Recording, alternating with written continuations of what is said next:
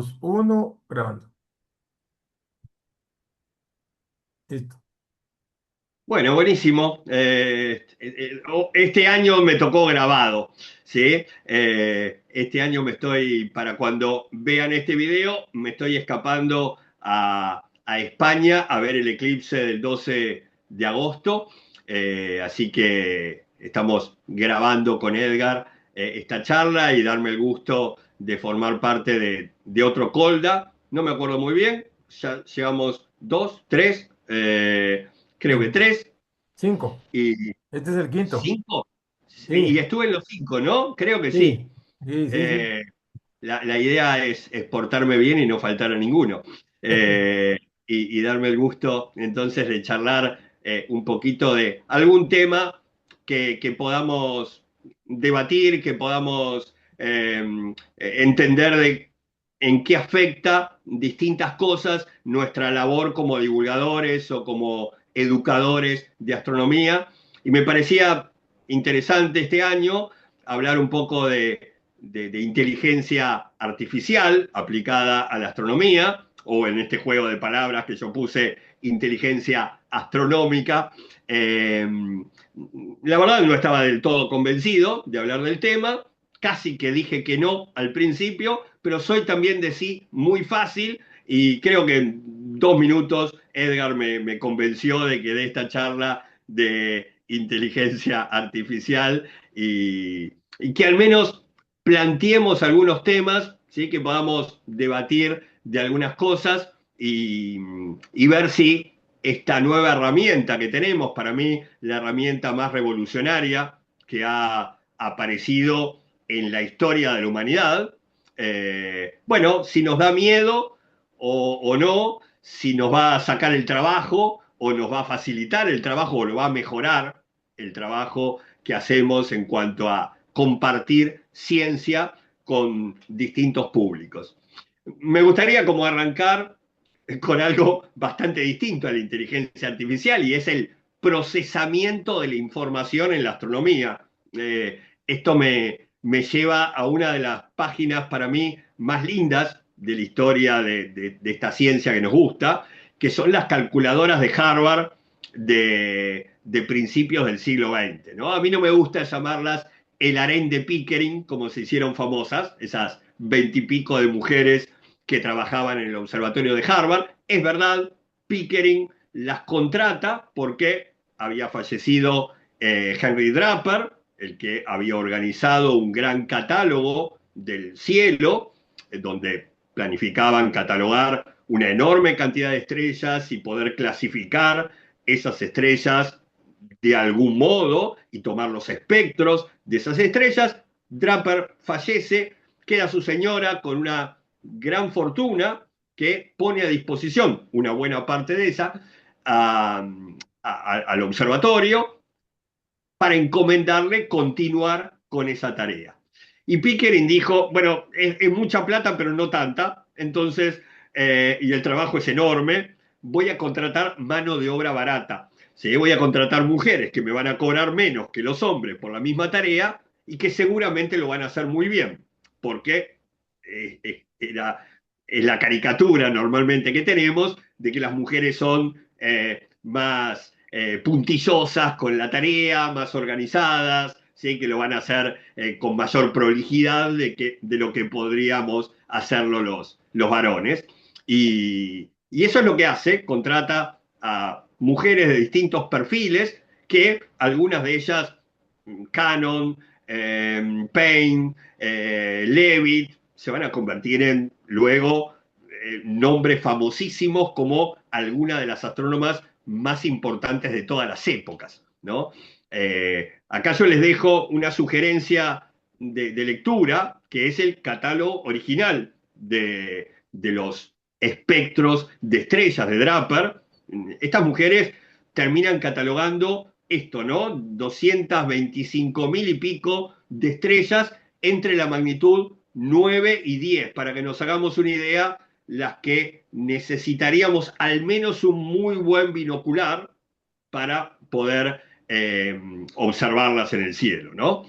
Y, y entre ellas, por ejemplo, Canon, una gran eh, catalogadora de estrellas, eh, estudiaba 300 estrellas por hora, ¿sí? Realmente una cosa fantástica si pensamos que las fotografías de distintos sectores del cielo no eran lo que, bueno, ahí lo veo en la pantalla, a Edgar con un montón de fotos de fondo, ¿no? No eran así, sino eran fotografías en placas de vidrio, eh, que es bastante más difícil de ver, es más cansador, usaban lupas para agrandar algunas estrellitas que por su magnitud apenas podían verse dentro de ese campo de observación, y hacían, estudiaban el espectro y de ese modo se dieron cuenta de, bueno, los elementos químicos que tenían. Ahí al principio deciden catalogarlas según el abecedario, ¿no? A, B, C, D. Después se dan cuenta que 20 y pico de catalogaciones es demasiado y las achican. Y después se dan cuenta que la evolución de las estrellas y las características de las estrellas les exigía desacomodar ese orden de estrellas y aparecen las clasificaciones espectrales que aún hoy usamos, ¿no? El O, B, A, F, G, K y M, con lo que normalmente dividimos a las estrellas según su temperatura, ¿sí? Según su luminosidad, según su estadio de vida, ¿sí? En los 10.000 millones de años en promedio que vive una estrella. Pero yo me quería quedar con este dato, ¿no? 1920 y pico, hace 100 años, con 300 estrellas por hora como tasa récord, ¿sí? De análisis de esa información. Y compararlo hoy con uno de los telescopios más importantes que tiene el mundo, el Vera Rubin, en Cerro Pachón, en el norte de Chile, con entre 20 y 30 terabytes de datos por noche, ¿sí? 10 millones de alertas por segundo, ¿sí? Que lanza de astrónomos del mundo, miren para acá, miren para allá, porque el Vera Rubin realmente es un telescopio, no sé, yo estoy fascinado con él, ¿no? Porque primero no lo llamaría un telescopio, casi que lo llamaría la mejor cámara de fotos que hemos apuntado al cielo, Bien. una cámara de fotos de 3.600 megapíxeles, que observa el cielo con mucha rapidez. A ver, saca imágenes de unos 15 o 30 segundos de exposición. Pero lo magnífico del telescopio Vera Rubin es que tiene un campo muy amplio en cada una de las fotos. Y esto le permite barrer todo el cielo cada 3 o 4 noches. Y esto es lo verdaderamente revolucionario. Los grandes telescopios en el mundo usualmente vuelven al mismo lugarcito del cielo un año después, ¿sí? A volver a ver lo mismo y compararlo con la foto anterior a ver si hubo algún cambio, si aparece alguna particularidad de esos objetos que haya tenido una modificación o lo que se esté estudiando. Barrer todo el cielo cada 4 noches es verdaderamente lo revolucionario del Vera Rubin, ¿no? En definitiva, lo que hace es un 95% del tiempo ese barrido y un 5% por ahí se mete en un pedacito de cielo y toma imágenes de varias horas de exposición tratando de encontrar alguna cosa curiosa, alguna cosa novedosa por ahí, ¿no? Pero ciertamente es el telescopio que más cantidad de datos nos ofrece en la astronomía. Tantos datos que no hay cantidad de astrónomos posibles en todo el mundo para analizarlos, y ahí entra un poco la inteligencia artificial, ¿no? Esta idea de automatizar el análisis, al menos el primero, el más grueso, ¿sí? Achicar esos 30 terabytes a una cantidad de información un poquito más accesible, y también a encontrar patrones en esas observaciones, ¿no? Es decir, poder analizar curvas de luz para encontrar exoplanetas o para estudiar estrellas variables, eh, analizar determinados tipos de objetos. Una curiosidad, antes del Vera Rubin, por año, la astronomía descubría entre 2.000 y 3.000 supernovas. El Vera Rubin la primera semana descubrió en una noche 2.000 supernovas. ¿Sí? En una noche, Elvira Rubin encontró 10.000 asteroides en el sistema solar, 10.000 asteroides nuevos en el sistema solar. Esa es la diferencia grosera entre el tiempo que nos llevaba descubrir cosas o estudiar cosas antes de este instrumento y después, ¿no? Entonces, en el análisis de la información de la astronomía, la inteligencia artificial empieza a tener una importancia superlativa. Algunos de ustedes quizás conozcan esta aplicación que es el Galaxy Zoo. A mí me gusta mucho, hasta para fines educativos, ¿no? Yo, mis alumnos del curso, cuando empezamos a ver galaxias, los invito a meterse en el Galaxy Zoo y empezar a catalogar fotos reales de galaxias, ¿no? Esto lo ha hecho la Universidad de Berkeley históricamente para que personas de todo el mundo, que simplemente nos gusta la astronomía, los ayudemos a clasificar galaxias según su forma, como nos enseñó Hubble y otros que vinieron después. Bueno, ahora esto lo hace la inteligencia artificial, ¿sí? Encontró patrones de color, encontró patrones geométricos de lo que es una galaxia espiral, o una elíptica, o una espiral barrada, o una irregular, y termina analizando las fotos sola. Por supuesto, mucho más rápido, probablemente incluso mejor, más eficientemente, aunque nos lastime un poco el ego, ¿sí? De que lo haga mejor que nosotros. Y este es uno de los usos que tiene entonces la inteligencia artificial. El hecho de analizar entonces una enorme cantidad de datos de la nueva generación de telescopios, o poder analizar incluso archivos de datos de telescopios pasados. Otro de los temas fascinantes, que incluso tiene un capítulo para los aficionados a la astronomía también, es el de los exoplanetas, ¿sí? Uno de los métodos más eficientes para haber encontrado planetas diferentes al Sol es el tránsito, ¿no? Que coincida la órbita del planeta en el plano en que estamos mirando nosotros y que el planeta pase por delante de su estrella. Si pasa por delante, el planeta que no tiene luz propia, me baja un poquito el brillo de la estrella, y como lo muestra en la diapositiva acá arriba, yo tengo una curva de luz, ¿no? Viene el brillo de la estrella normal, empieza esta especie de eclipse y el brillo de la estrella baja hasta que el planeta vuelve a salir de ese tránsito y veo el brillo de la estrella en su rango original.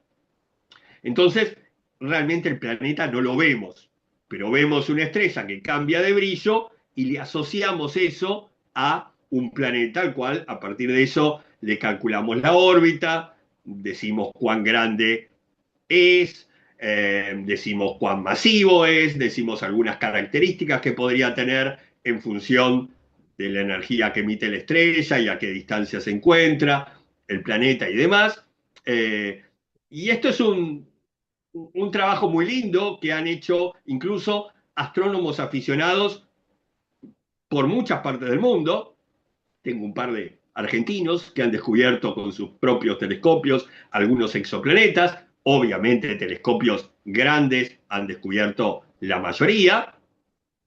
Pero, a ver, el telescopio espacial que más exoplanetas descubrió por esta vía se llamó Kepler, ¿no? Y de hecho no hizo un barrido de todo el cielo, sino que eligió una sola constelación, un pedacito de esa constelación, la constelación del Cisne, algo que conocerán con más detalle los que vivan en el hemisferio norte que los que vivimos en el hemisferio sur, de esta constelación. Y ahí, en ese pedacito que es un poco más chiquito que 4 lunas llenas, el telescopio Kepler ya lleva descubiertos 2000 y pico de planetas extrasolares, pero además tiene miles de candidatos, es decir, miles de observaciones que hay que observar con cuidado a ver si podemos hacer una curva de luz que nos indique si hay o no un planeta, ¿no? Porque la cantidad de datos de Kepler otra vez es enorme. A lo largo de casi 10 años de trabajo, estudió 500.000 de estrellas, confirmó 2000 y pico de exoplanetas, pero hay una enorme cantidad de información que podría hacer que al analizarlo las observaciones de Kepler nos lleven a 5.000 o 6.000 exoplanetas más. Por eso, la astronomía generó ExoMiner, una inteligencia artificial que estudió esas curvas de luz y ya lleva descubiertos 370 exoplanetas, ¿no? Fíjate, Edgar, que acá no tenemos ni a Galileo, ni a Kelos y Mayor como los descubridores de 51 Pegasi. Acá tenemos el descubridor de estos exoplanetas, es una inteligencia artificial. Y después vino ExoMiner más, otra inteligencia artificial que en vez de analizar datos de Kepler, analizó datos del telescopio espacial TESS, otro telescopio fantástico. Esta vez no mira un pedacito del cielo, sino mira toda la bóveda celeste, va moviéndose de a cuadraditos y examinando toda la bóveda celeste, y ya tiene 7.000 candidatos a exoplanetas que nos podrían cambiar nuestras charlas del tema, ¿no? Dentro de poco y gracias a la IA.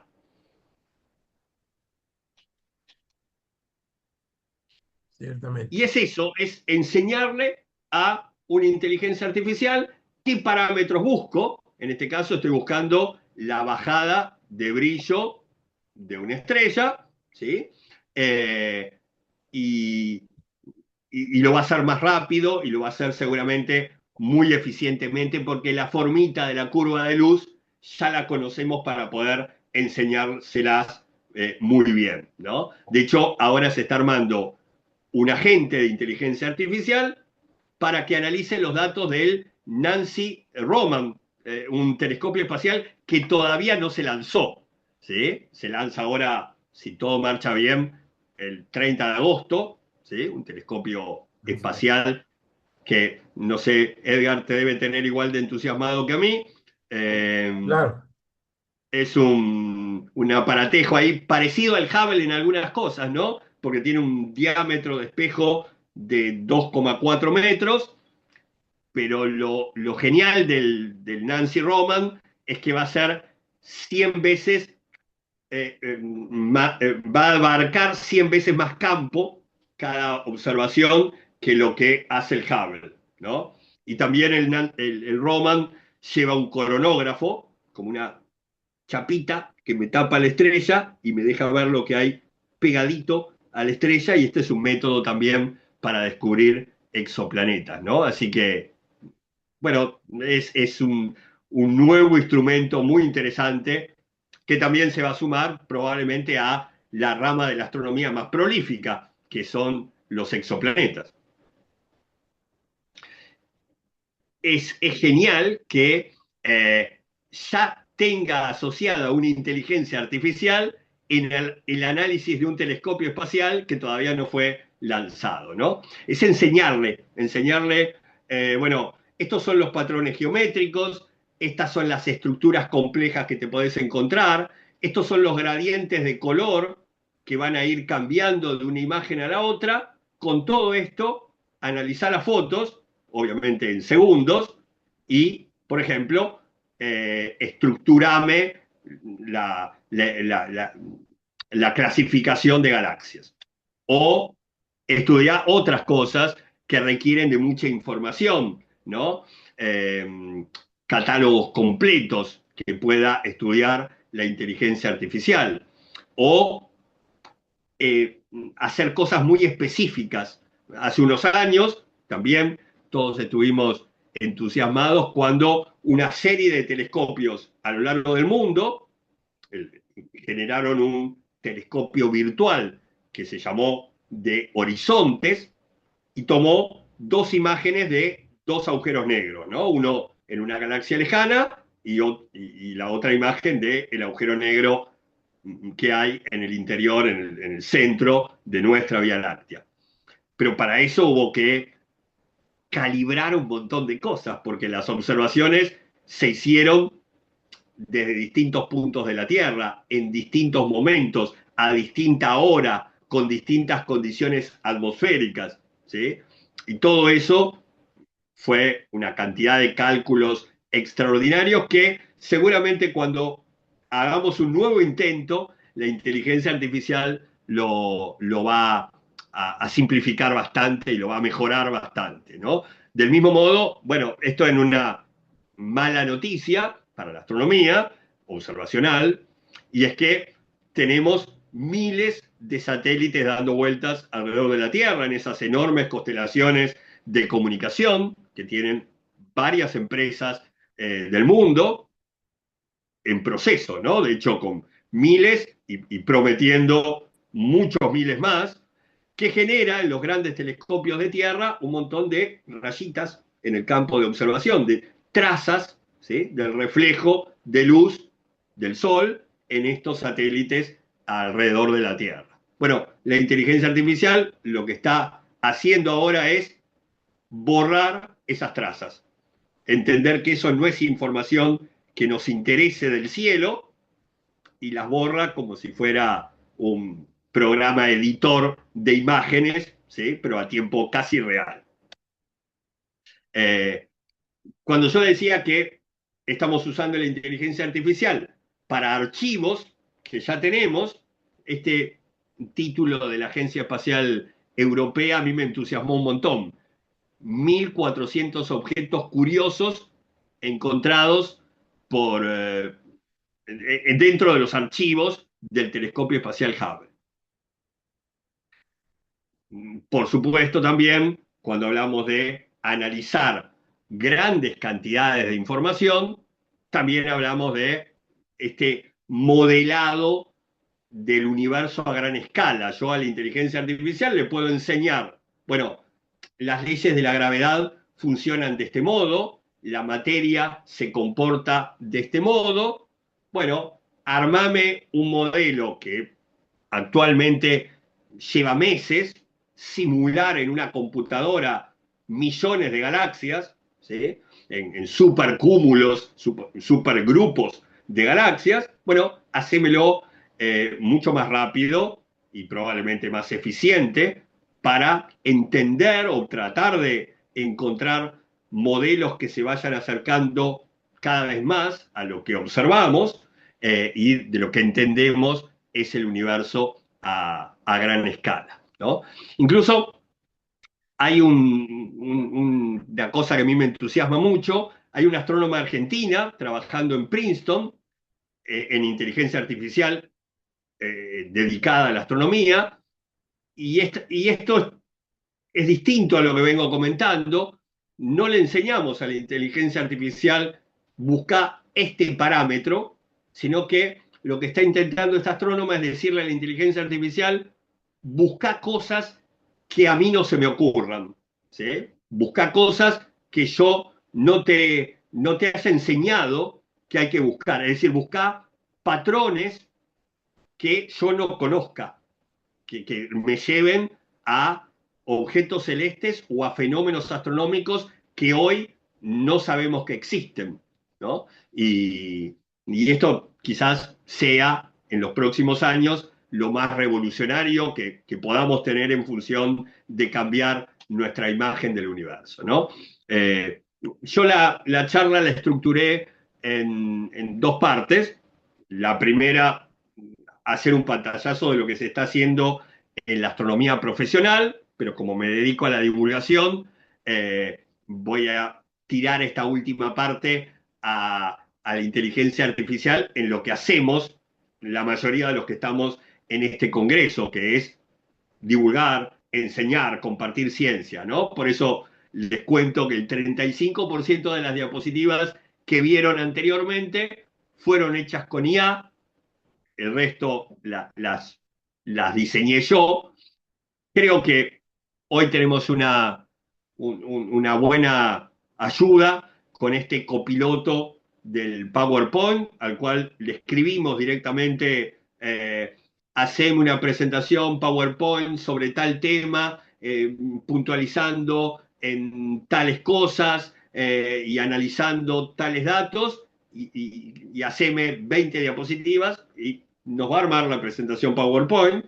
Eso nos agiliza mucho el trabajo. A mí no me gusta tanto porque yo armo la presentación exactamente en función de lo que tengo pensado decir con cada una de ellas, y entonces, bueno, me gusta controlarlo más yo y no después tener que acomodarme al guión que me hizo alguien más, aunque este alguien más sea una inteligencia artificial, ¿no?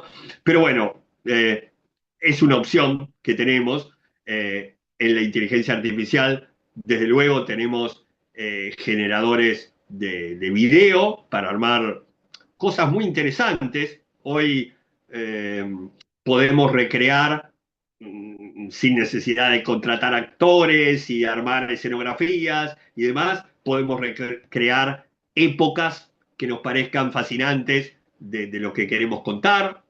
Incluso hasta eh, se me ocurre recrear personajes a los cuales no les conocemos la cara, ¿no? Yo pienso en qué lindo sería armar un video donde pudiéramos ver o imaginarnos a Buenaventura Suárez, ¿no? Uno de los primeros científicos de nuestro continente americano, ¿sí? Un jesuita que estudió en lo que hoy sería el sur paraguayo y uruguayo y el norte argentino, observando el cielo, emulando algunas técnicas que décadas antes había desarrollado del otro lado del mundo Galileo. Bueno, no le conocemos la cara a Buenaventura y sería lindo armarlo de algún modo en esos escenarios, ¿no? O crear imágenes. A mí se me ocurrió hacer varios intentos este último tiempo de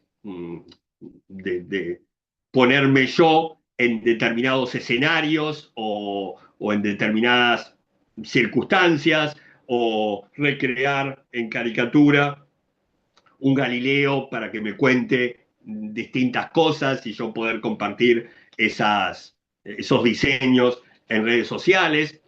Acá uno de las cosas que hago para mi curso de astronomía en el cine, ¿no? El hecho de armarme como una especie de caricatura. Esto jugamos bastante hace un tiempo con Edgar, ¿no, Edgar? Que armábamos ahí un diseño Sí. donde me ponía yo o te ponía vos en alguna circunstancia con otro personaje o adentro de una película. Eh, y, y me parece una linda herramienta para algo que normalmente buscamos en la divulgación, que es la complicidad, la empatía con el que nos está consumiendo, digo, como divulgadores, ya sea en una charla o en una publicación que hagamos por internet o en un video que queramos compartir o donde fuere. Siempre tratamos de generar un vínculo eh, a través de algo, a través de lo gracioso, a través de lo emotivo, a través de lo atractivo con el que tenemos enfrente. Y estas herramientas de verdad ayudan a encontrar una vueltita de rosca, a hacerlo distinto, a hacerlo creativo. A ver, a, a mí me parece que perdiéndole el miedo a usar la inteligencia artificial, creo que lo más interesante que tiene es ahorrarnos el síndrome de la hoja en blanco, ¿no? El hecho de yo plantearme, sentarme frente a la computadora y decir, bueno, tengo que hacer tal trabajo, eh, ¿cómo empiezo? ¿Cómo lo abordo? ¿Sí? ¿Qué enfoque quiero darle? Por ahí usar la inteligencia artificial que a cada uno de nosotros nos resulte más amigable y preguntarle exactamente eso, ¿no? Como si yo tuviera un colega sentado al lado y decirle, che, tenemos que hablar sobre, no sé, sobre geografía marciana. ¿Qué ideas se te ocurren? Y seguramente la inteligencia artificial nos va a dar 10 ideas, de las cuales nos van a gustar 3 o 4, y a partir de esas 3 o 4 podemos empezar a tener una conversación de, me gustó esto, ¿por qué no le sumamos tal cosa? ¿O por qué no cambiamos el enfoque a esta otra manera? ¿Y cómo resolverías tal o cual problema? Eh, Creo que tenemos la posibilidad, por primera vez, de tener, como dije, ¿no? Virtualmente, imaginariamente, al lado nuestro, alguien que sepa igual, o por supuesto mucho más que nosotros, del tema, con el cual poder tener una conversación en función de lo que yo quiero y algunas buenas ideas que pueda tomar de ese colega virtual, ¿no? También, por supuesto, usar la inteligencia artificial como, a ver, en el sentido de buscador, ¿no? Hay algunos agentes de inteligencia artificial que son muy buenos para determinadas búsquedas, ¿sí? De artículos muy específicos. O yo puedo agarrar y, no sé, recibí un artículo en chino, ¿sí? Y realmente quiero saber el contenido, pero obviamente no conozco el chino. Entonces agarro el PDF de ese artículo, se lo adjunto a cualquier inteligencia artificial y le digo, bueno, transcribímelo en español exactamente igual, ¿sí? O haceme un resumen del contenido de este artículo en español. O tomame los 5 puntos más importantes de la tesis de este autor en español. Y voy a poder acceder con facilidad a un montón más de información de la que probablemente podíamos analizar o acceder o aprovechar hace poquito tiempo, ¿no? Creo que en educación lo que nos permiten estas herramientas es que podamos hacer ya no una charla, creo que en algún otro Colda yo me burlaba un poco con la complicidad de Edgar, recuerdo con la complicidad de Claudio Martínez, eh, hacíamos la caricatura de el público en general, el público general al cual a veces decimos está orientado en nuestra actividad, una conferencia o un curso, no existe. ¿Sí? ¿Qué es el público en general? ¿Cuánto sabe el público en general? Probablemente yo hago un promedio de lo que tengo enfrente, pero seguramente enfrente mío voy a tener a alguien que sepa un poquito más, o que sepa menos, o que haya estudiado una carrera técnica, entonces tenga otras herramientas, o una carrera humanística, y en tal caso yo pueda relacionárselo a otra cosa. Eh, Hoy podemos armar mensajes casi personalizados para los que tengamos enfrente, ¿no? De darle a cada uno lo mejor que le podamos dar en función de, bueno, este contenido, ¿cómo lo vas a aprender mejor, de manera más agradable, relacionado a qué? A un cálculo, a la comparación con una obra de arte o lo que fuere. Eh, Hace unos días nos reíamos con Edgar, voy a contar la anécdota. Eh, Hacíamos la broma de si nos vamos a quedar sin trabajo, ¿no? Le decía en broma, bueno, probablemente en un futuro próximo alguien, en vez de escucharme a mí, elija armar un avatar, ¿sí? De su artista preferido o preferida, que sea, yo le hacía la broma, bueno, que sea Scarlett Johansson, que sepa de agujeros negros lo de Kip Thorne y que hable como Sagan. Y no voy a poder competir mucho contra eso, ¿no? Entonces, bueno, acto seguido pensábamos cuál es la solución. Directamente nos retiramos de la tarea de divulgación o pensamos nuevas alternativas. Yo creo que la herramienta es fantástica, creo que lo estoy contando con un entusiasmo personal, que se habrán dado cuenta, que a mí me parece que estamos viviendo una época magnífica en cuanto a tener esta herramienta revolucionaria y que probablemente no podamos competir con esta idea de ser los mejores hablando, buscando o analizando, ¿sí? Pero sí podemos volver al contacto personal, ¿sí? Volver a privilegiar como complemento de esta búsqueda eficiente de conocimiento, por un lado, complementarlo con la experimentación, eh, buscar esta idea de juntarse, de interactuar, de tocar una maqueta, de, de, de hacer concreto un contenido, de tener relaciones humanas en el proceso de aprendizaje, donde podamos tener empatía por cada uno de los que nos rodean, reírnos, emocionarnos, jugar, eh, soñar, ¿sí? Probablemente lo que sí una máquina,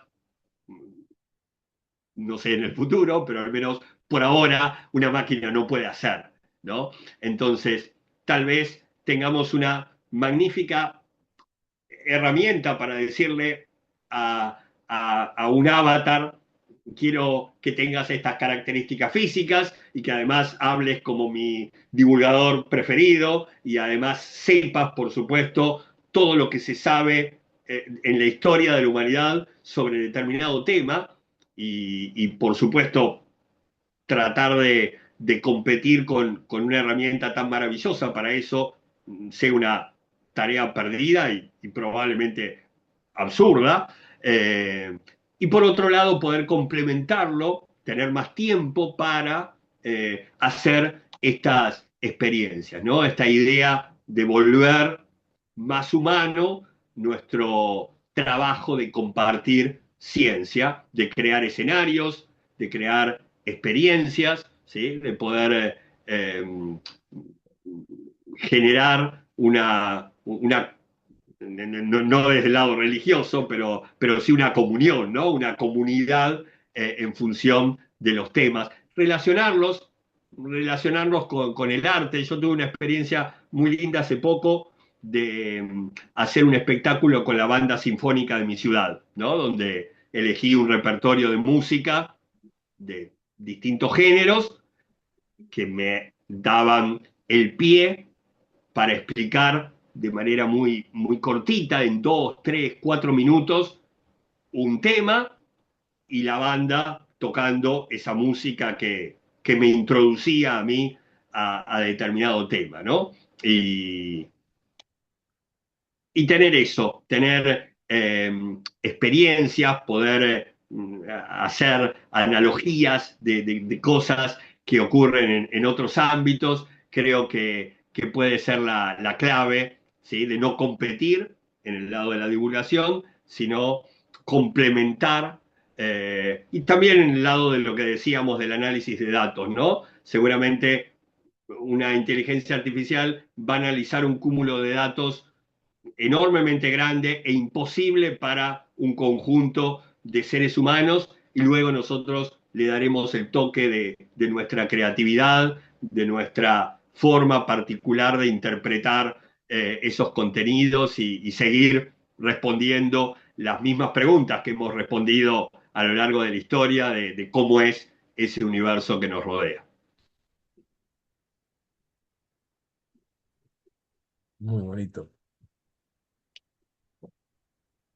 A mí me parece que tú has usado bastante la inteligencia artificial de una manera didáctica, como decías, ilustrando situaciones que no son posibles, como por ejemplo que esté Galileo junto con Carl Sagan y tu persona hablando. Y situaciones como por ejemplo ver un agujero negro de cerca.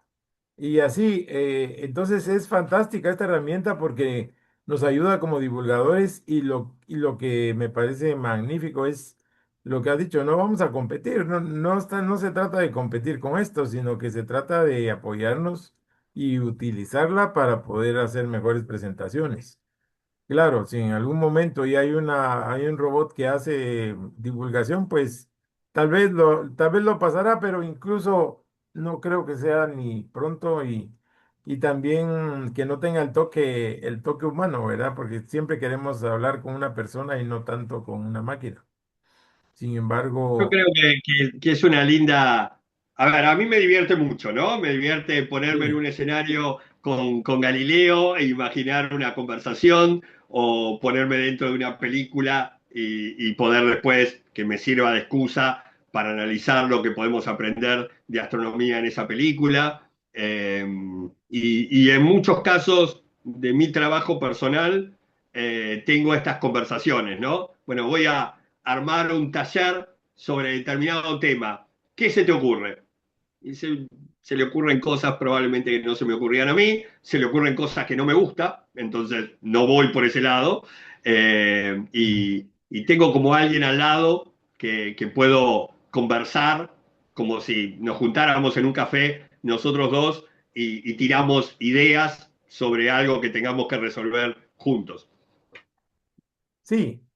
Y te presenta no solo eso, sino te presenta ideas, te presenta dibujos, como dijiste, te presenta videos y de cosas que tal vez uno quisiera ilustrar con fotografías, pero a veces no existen las fotografías. Eso me pasa en algunas presentaciones. No existen las fotografías, por ejemplo, de un Einstein haciendo una cosa determinada o pensando o sentado, o no sé.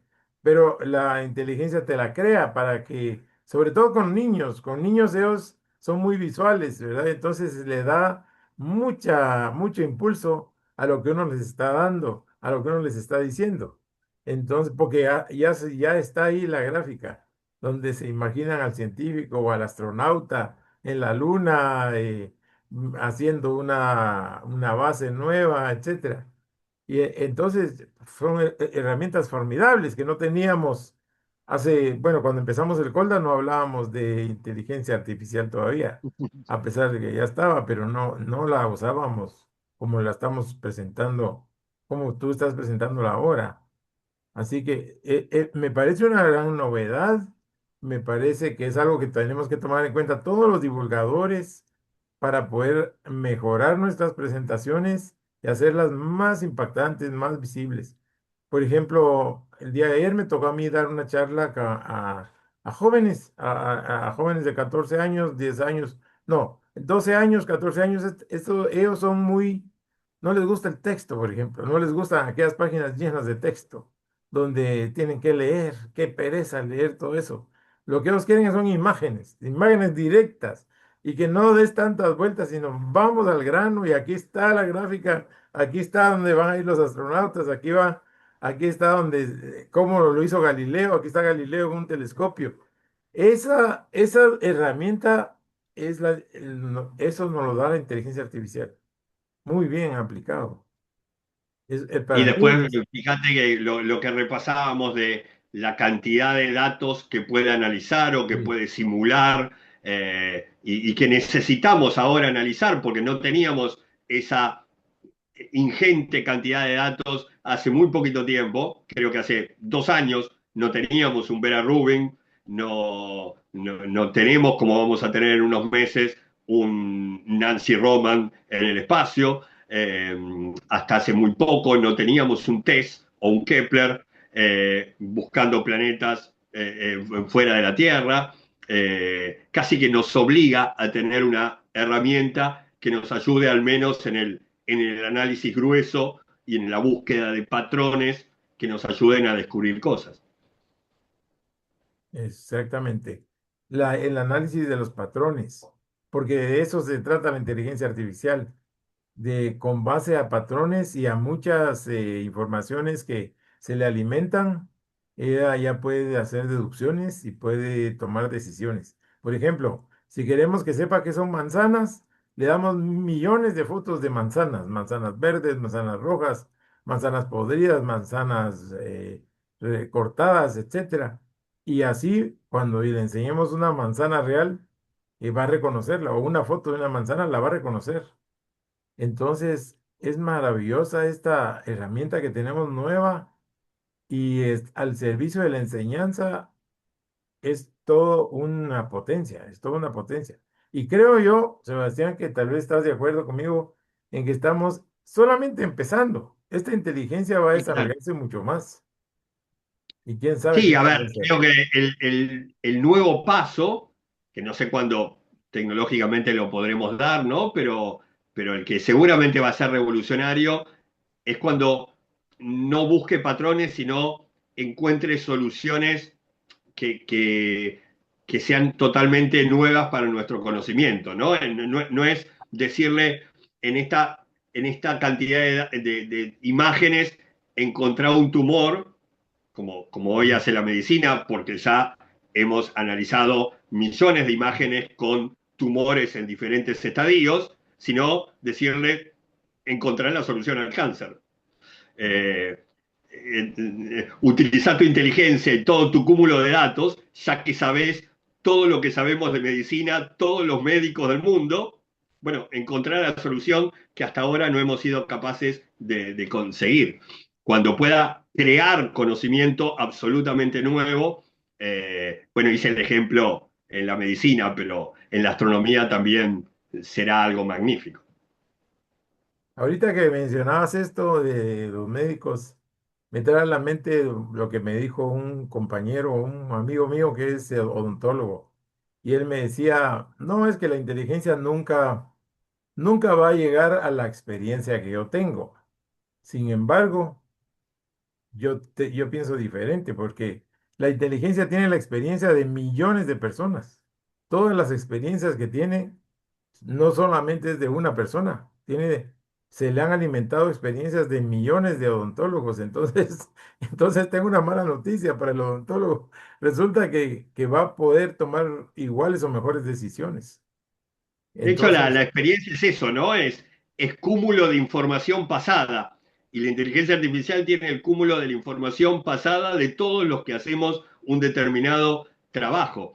Con lo cual, probablemente, si yo me quiero imaginar un médico dentro de algunos años, muy posiblemente el análisis de todos mis datos médicos de cuando me hago un chequeo, los analice una inteligencia artificial mucho más eficientemente que él, y el médico me tendrá que sí, contener, ayudar, claro. guiarme en sobrellevar las dificultades lo mejor que le entienda, tener la mayor empatía con mis problemas o potenciarme todos los parámetros que sí tenga bien en su explicación. Es decir, ser la parte humana, que probablemente la inteligencia artificial no pueda hacer, pero para analizar datos tenemos esta herramienta magnífica. Y así va a pasar en todo. Va a tener la experiencia de todos los astrónomos, todo lo que han reportado los astrónomos, todo lo que han reportado los físicos, los científicos planetarios. Entonces, yo vislumbro un salto enorme en conocimientos y muy rápido para las nuevas Y de todo generaciones eso sobre creo todo. que en la divulgación, siendo para lo que corresponde en el COLDA, creo que en la divulgación uno le va a poder pedir, quiero a Scarlett Johansson hablando como Sagan y sabiendo todo lo que se sabe de exoplanetas como si fuera Sarah Seeger. Eh, y ahí no, vos y yo no vamos a poder competir con eso, ¿sí? Yo al menos no soy tan lindo como Scarlett Johansson, no hablo tan bien como Sagan y no sé tanto como Sarah Seeger. Eh, Sí, Probablemente podamos hacer una experiencia en un aula donde armemos experimentos y los compartamos juntos y eso sea una experiencia enriquecedora que complemente la otra herramienta fantástica para aprender. ya. ¿Y qué opinas o qué se le puede decir a la gente que te dice, de lo enfoca un poco más negativo, que le enfoca de que, pero entonces ya no va a haber creatividad de parte de los humanos, nos va a quitar el trabajo, etcétera? Porque hay una corriente de ver la inteligencia como negativa y como una amenaza. Eh, ¿Qué has pensado sobre eso? A ver, estrictamente en nuestro trabajo yo creo que es una herramienta y que nos puede servir para no hacer más nada y dejar que piense por nosotros, ¿sí? O impulsar nuestra creatividad. No, no repetir, no sé, vamos a hacer una caricatura, en una charla de Marte, los 20 datos que siempre repetimos de Marte, sino poder plantearle a la inteligencia artificial, dame ideas creativas para hablar sobre Marte. Esta que dijiste me gusta mucho. ¿Por qué no le sumamos esto otro? ¿Y por qué no me ayudás a desarrollar esta otra idea que funciona muy bien con la que me acabas de aportar? Y por ahí tenemos una mejor charla de Marte que la que hubiéramos dado el año pasado. Cierto. Claro, claro que sí. Y eso se ve. Otra pregunta que te quería hacer. ¿Cómo cómo se ven los divulgadores que dicen, no, no, no, yo no uso nada de esto, inteligencia artificial porque tiene errores, porque no, la información no es correcta, yo no confío en la información que da la inteligencia artificial, entonces solo lo que yo investigo.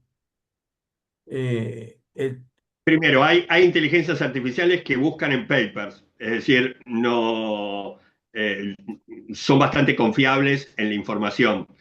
Yo hice un experimento hace 2 años y ¿no? Había escuchado a un comunicador de tecnología hace 2 años que estaba fascinado porque había hablado con San Martín, ¿no? Es decir, le había dicho a la inteligencia artificial, sos el libertador de Argentina, eh, conversemos como si lo fueras. Y él estaba contentísimo, con lo cual yo agarré y le dije, sos Galileo, conversemos. Ujú. Y como vos sabés que soy muy fanático de Galileo, encontré que se equivocaba un montón, diciéndome cosas que Galileo nunca me podría haber dicho. Mm. Eh, y me acuerdo que en ese momento me burlé un poco de decir, esta herramienta no funciona bien para esto, ¿no? Lo volví a hacer este año y creo que casi que me emocioné pensando que estaba hablando con Galileo de verdad, eh, porque Sí, tenía mucho más pulido el conocimiento de qué podía decir Galileo y qué no. Yo traté de hacerle trampas, de preguntarle cosas que en la época de Galileo no se sabían y me fingía el asombro de no conocer porque se habían puesto en el personaje de alguien que vivió hasta un poquito antes de mediados del 1600. Y me pareció una preciosa herramienta, ¿no? De poder hoy, con bastante cuidado, pero poder charlar con Galileo, con Edwin Hubble o con Henrietta Leavitt, ¿no? Eh, y ciertamente siempre vamos a tener el problema de la fuente. sí, Hasta ahora, sin inteligencia artificial, yo te podía tomar como fuente a vos, ¿no? Podía repetir algo que aprendí en una charla tuya. Capaz que vos te habías equivocado y yo sí, repetí el error. cierto. Es decir, el trabajo de contrastar cada uno de los datos, analizar la veracidad de una fuente, poder buscar datos de diferentes sitios. Yo a veces, incluso cuando uso la inteligencia artificial para un trabajo que me importa mucho, uso distintas inteligencias artificiales. y les pido lo mismo a dos o tres, ¿no? Y obviamente las dos o tres me van dando datos distintos porque analizan la información distinto, pero también porque yo con una interactúo más que con otra, entonces una me conoce más a mí que la otra Ujú. y obtengo resultados diferentes. Eh, en tal caso es, a ver, la inteligencia artificial es eso, es una herramienta, no nos desliga de nuestra responsabilidad profesional. Así es. Sí, y bueno, otra cosa que pasa y que tú mencionaste ahí es, te dice, por ejemplo, expresiones como de asombro, simula el asombro. Y en Sí, la mía la he programado para que hable palabras chapinas, o sea, palabras claro. guatemaltecas. Y entonces me habla y me dice, cabal, cabal lo que estás diciendo. Y esa es una expresión muy guatemalteca. Entonces, Conmigo usa el che. sí, Me habla en argentino, me dice, che, está buenísimo esto, ¿no? Y es gracioso al leer la inteligencia artificial que te habla así, pero bueno, se adapta a las formas a todos los datos que le hemos dado. Y yo ahora, por ejemplo, le hablo de Edgar Castro y te conoce, porque me en otra dice, oportunidad sí, le dije voy a dar una charla con Edgar y entonces ya sabe quién sos. ok. eh, y realmente es como estar con un colega al lado con el que podemos desarrollar cosas. Yo lo he usado en algunas cosas de astronomía para ciegos y a mí me resulta difícil encontrar a otro que haga un trabajo tan específico como el que hago yo. Y la inteligencia artificial lo es, sabe todo lo que yo sé de astronomía para ciegos, más lo que han generado otros proyectos en otras partes del mundo, y, y le puede dar un enfoque que a mí no me gusta, y entonces descarto determinada cosa, ¿no? Pero por ahí para analizar datos o plantearle una idea y que me diga su factibilidad o no, a mí me parece fantástico. Ahora podría ser tan desarrollada la inteligencia artificial y tan simuladora de la fase humana que nos guste, que caigamos en que nos guste más hablar con la inteligencia artificial que con otros colegas o con otras personas. Viste Porque que hay gente que se ha enamorado de inteligencias sí, artificiales, hay gente que se ha casado. que Eso es depende, rarísimo, ¿no? ¿cierto? Pero, mm, a ver, creo que de verdad uno lo tiene que usar como herramienta. Sí. Hay algunas inteligencias artificiales además que se han puesto muy obsecuentes y esto sí es un problema para la divulgación. A vos te habrá pasado en tantos años haciendo divulgación que alguien te agarra y te dice, no estoy de acuerdo con la teoría de la relatividad de Einstein, pero Sí. no terminé la secundaria.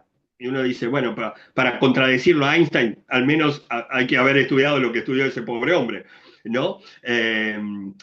Y la inteligencia artificial, por ahí uno le plantea una tontería y te responde, es una genialidad lo que se te acaba de ocurrir. ¡Qué gran idea! Sebastián, eres terriblemente innovador. Bueno, uno también tiene que poner en caja Mm. lo que es una cosa interesante para explorar, pero tampoco es una maravilla porque la inteligencia artificial arranque entusiasmándome en esa primera oración, como que cada cosa que yo le planteo es algo magnífico. Es para caerte, para que te caiga bien. Sí, Claro, para eso, en tal caso, desde luego, si yo quiero aprobación, me sirve más hablar con la inteligencia artificial que con vos. Vos sí, seguramente me vas a decir que alguna de mis ideas no te gusta tanto, sí. ¿no? Me vas a decir, Seba, no te pelees tanto en internet con fulano o mengano, a veces me lo decís por WhatsApp, y eso la Sí. inteligencia artificial no lo hace.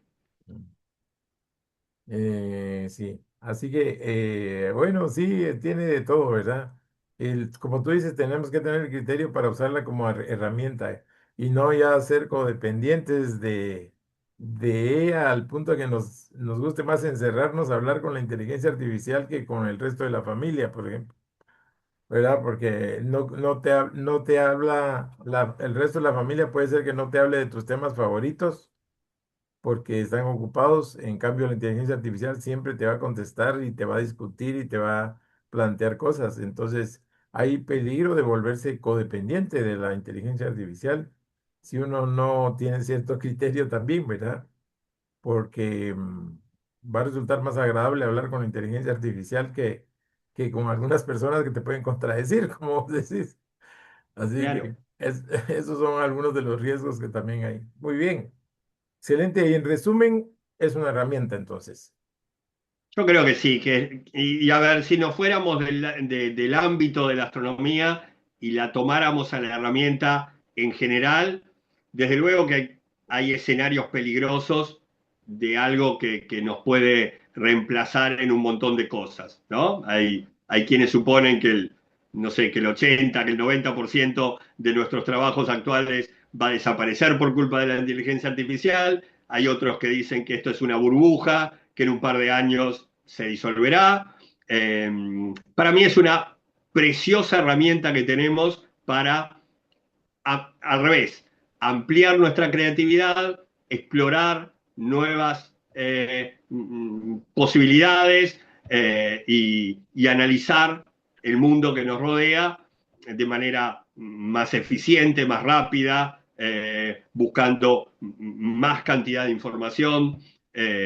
Bueno, capaz que damos un colda dentro de 10 años y analizamos para qué lado para cuáles de esos escenarios nos fuimos. Y que analizamos esta charla, a ver por dónde agarró.